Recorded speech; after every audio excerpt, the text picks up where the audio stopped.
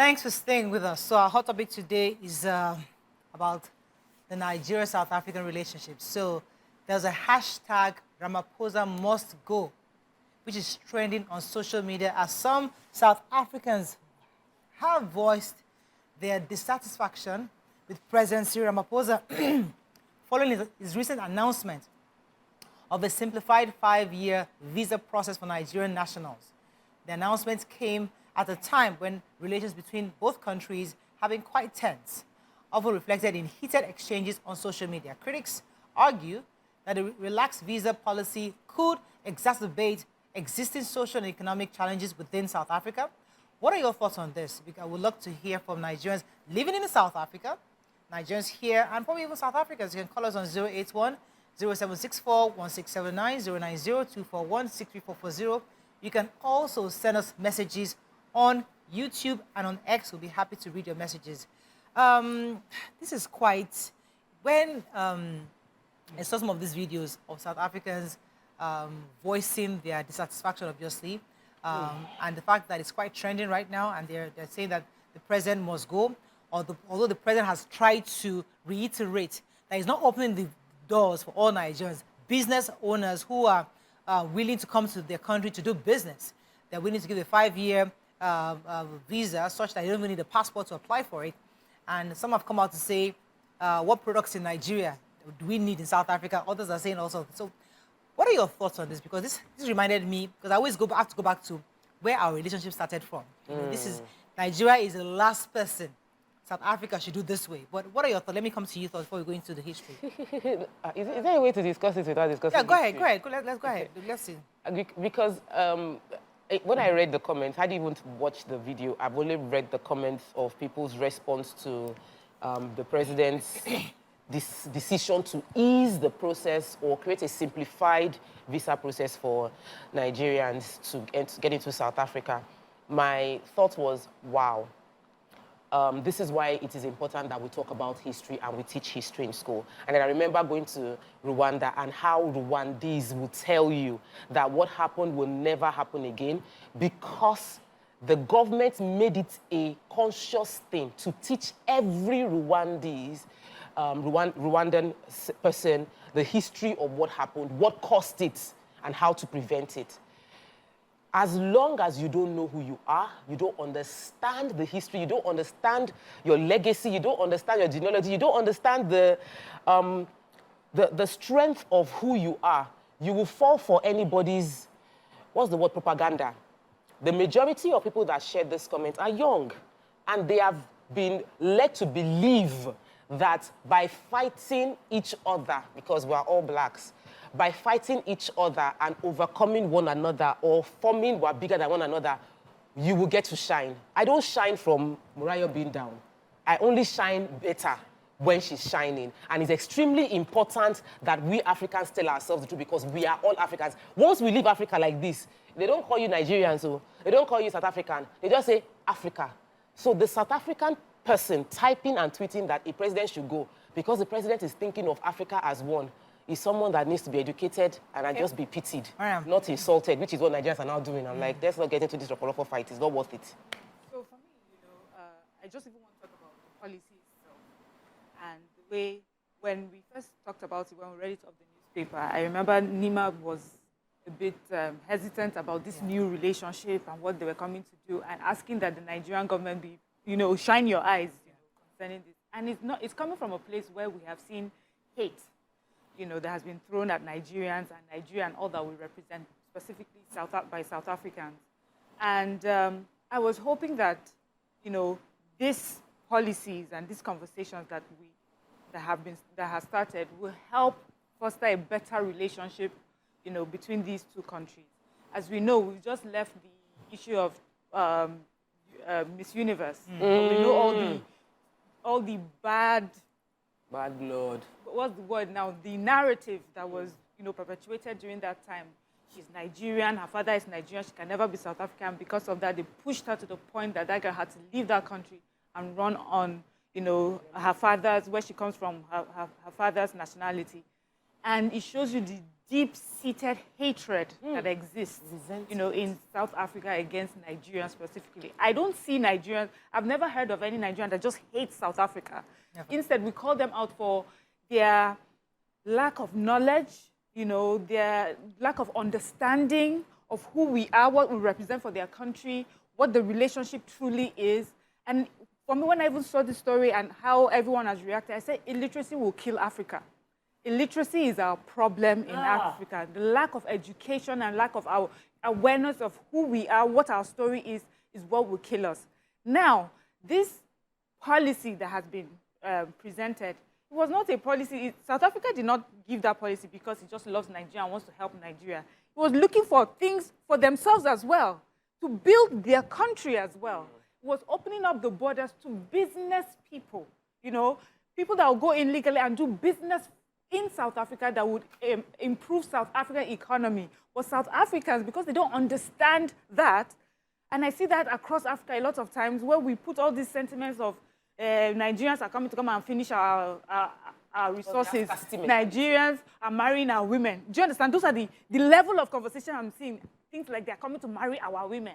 Like really, is this what we're discussing? In 2024. But in 2024. But now, even though there's so much backlash about this, I hope that this means we'll be having conversations and encouraging people and educating Nigerians and South Africans on the necessity of having a strong relationship between the two biggest economic powers in Africa. United States and the UK and Canada, they are constantly fostering relationships because they understand what it does for the economy. They understand what it does for when they go to the United Nations and they sit down and they come together and make decisions for their people, for their race.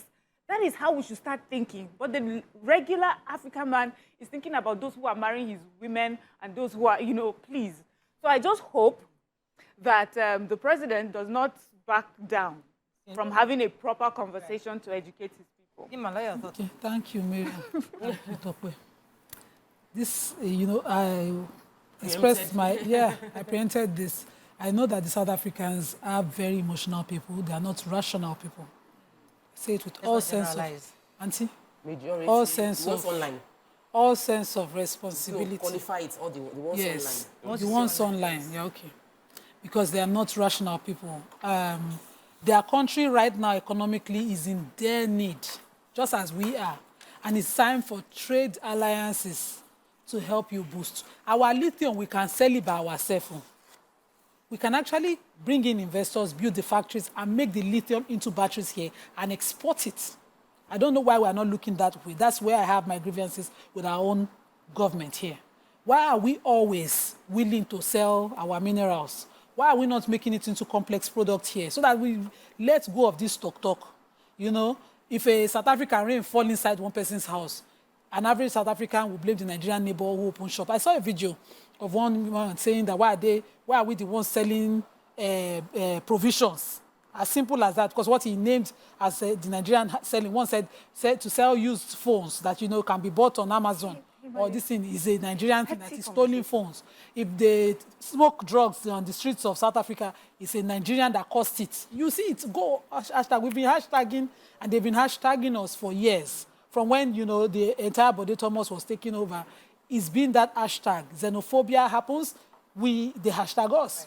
And it's it will be really nice, as Tokwe said, that, more history is taught about how we consider them brothers, how our leaders in the past thought apartheid should end, even though they were one country far away from us. They were not Niger, neither were they Togo. Let me build on that, because I was going to go there, because I wanted us, sometimes we have to remind ourselves of where we're coming from to know where we're going. Yeah. And I had to dig up a few facts of where Nigeria stood. After many of us heard about the 69 people that were gone dead in South Africa back in 1969 during March, where they were killed, and that's what led the international uprising against apartheid at the time.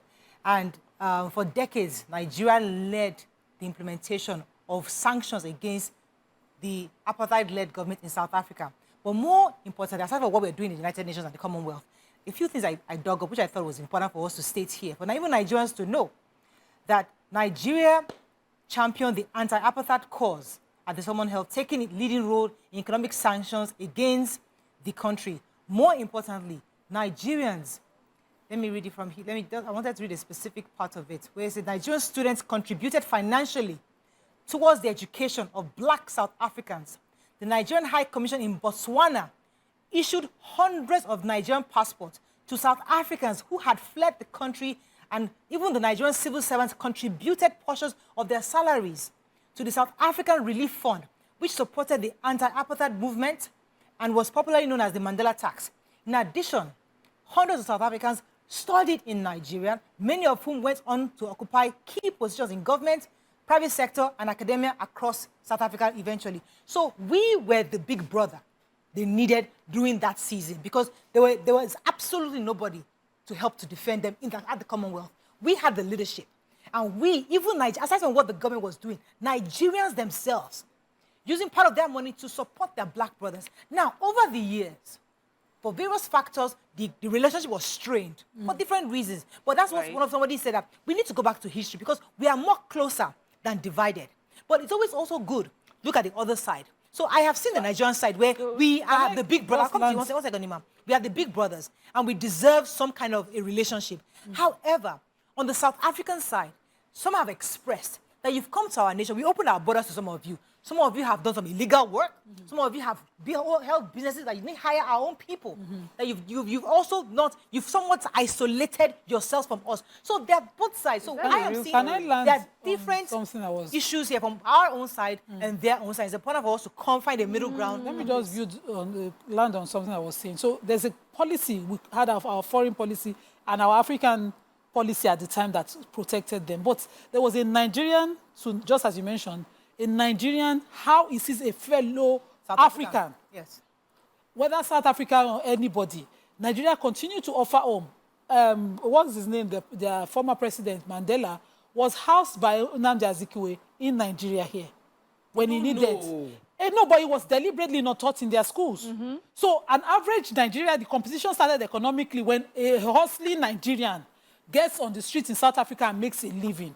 And you look at him and you just envy him and you tell your kids false stories about his hard work. Yes. If he comes to your country, because when they came here, South Africans married Nigerians, and Nigerians don't have stories of bad belly to any South African, so we did not pass any to our children. But down there, a lot were passed, and you will see the products online. Look at the last Miss Universe, and the drama that followed it. Just the mere fact that she had a Nigerian name. Finish, that was it. Even though she lived all her life with them, nothing. And you would see people uneducatedly talking about it. Are we forgetting that we are blacks? Recently, their president was in Algeria, and on his comments page, on his X page, they were there blasting him for another African alliance. Is it that everything African is bad until it is foreign? I don't understand. Are they by any chance, because, you know, they have a white settlements within their country, or white people more in their country than in any other African country? Does it make them white in any way? Because I don't understand the level of thinking that you hate yourself so much you would self-harm yourself. Now go to the streets. There's a documentary I saw, I think it was a BBC documentary, of their slums. Who told you that they are so economically good? It's just that our people like to look for opportunities, even in the worst places. If North Korea is not careful, we enter there. We will change things. We will make things happen there. I don't understand. I have to go on the break. Go ahead. Oh, okay. So I watched, because I want to go and watch Gladiator 2, I watched Gladiator 1, which is a very old movie. And in that movie, I saw a royal. I saw the emperor's son. And I saw fear, insecurity, and how low self-esteem can make a man lose the throne. A throne that is yours just because you just demean yourself. And I think that's the lie that a group of people have sold to South Africans, to make them feel fear and insecure about who they are, which is why they'll look at every other African as having more advantage. But psychologically, there's basis to that feeling. Because if you have been oppressed generationally for so long, there are places in South Africa you, as a South African, cannot enter. Yes. And they wrote it that it is not allowed that even dogs can enter this place, but South Africa don't enter there. So we as Nigerians need to be more compassionate towards South Africans. They went through a whole lot, and we cannot understand what it is to go through it because I am born free. My grandfather, as in like I am born, I carry my shoulder like Abi Naija. We know they carry last. So when somebody like that sees me, who doesn't even is inside the person's DNA, it has shrunk. There's this insecurity. We need to have more compassion, and then we need to work together to help them build confidence. Now, Cyril Ramaphosa is a 72-year-old man. He understands history. He knows what happened. He can have conversations that a 20-something-year-old person on X.com cannot comprehend. The only thing that 18-year-old, 20-something-year-old knows is these Nigerians, they come here and they live large. They spend money, they are fine, they are taking all the things. And so for them, they look at us and they are insecure and they will go online and type things that Ramaphosa is not thinking about. So we have an assignment as Nigerians. There's something that Michelle Obama said, when they go low, we go high, which is our assignment. Okay. Don't go online as Nigerians and start insulting South Africa. You don't need it. Let me pause you. When they go low, you go high. From Anambra. Walter, thanks for calling. Oh, I'm so sorry for keeping you. Yeah, go ahead. Okay. You know, I have actually argued on that as well. I said that when I read, what's his name, Trevor Noah's book, and realized that they were still under colonial oppression in the 80s. I was like, this was just yesterday. The independence was in the 90s. Exactly. So I get that story. But see, we're in 2024. Enough. It's time for tough love. We need to call them out on their bad behavior. Now, there's a video that's quite viral that I think you sent, where somebody was saying that their president, that's Cyril Ramaphosa, is doing this because he's not getting political support from South Africans, that he's afraid of his seat. So he wants to import millions of Nigerians. Uncle, you want to import millions of Nigeria to go and drop in their country so that they can vote for their president. I know that you think that we live under the rocks or something. And I think, you know, tourism is very important. The people that talk like that usually haven't left the shores of their country or haven't even read history books or watched TV. Do you understand? Because if you do, you realize that Nigerians are living comfortably here. And they are spread across the world. South Africa is not the only country that the people want to come in and to live. I understand that you have been oppressed for many generations. So you feel that when you're staying in the areas where a lot of black people are, and you see the white areas, because they say that there's a major demarcation between where Africans stay, where the South Africans stay, and where their white colonizers are staying. The economic difference is so glaring and so wide.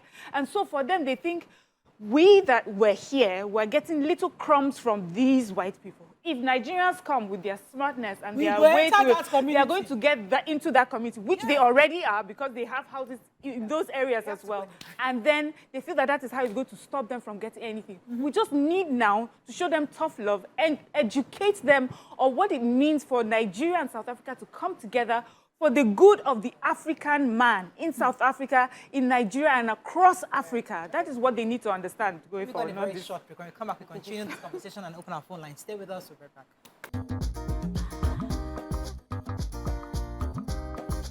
Stay tuned. Your View will be right back.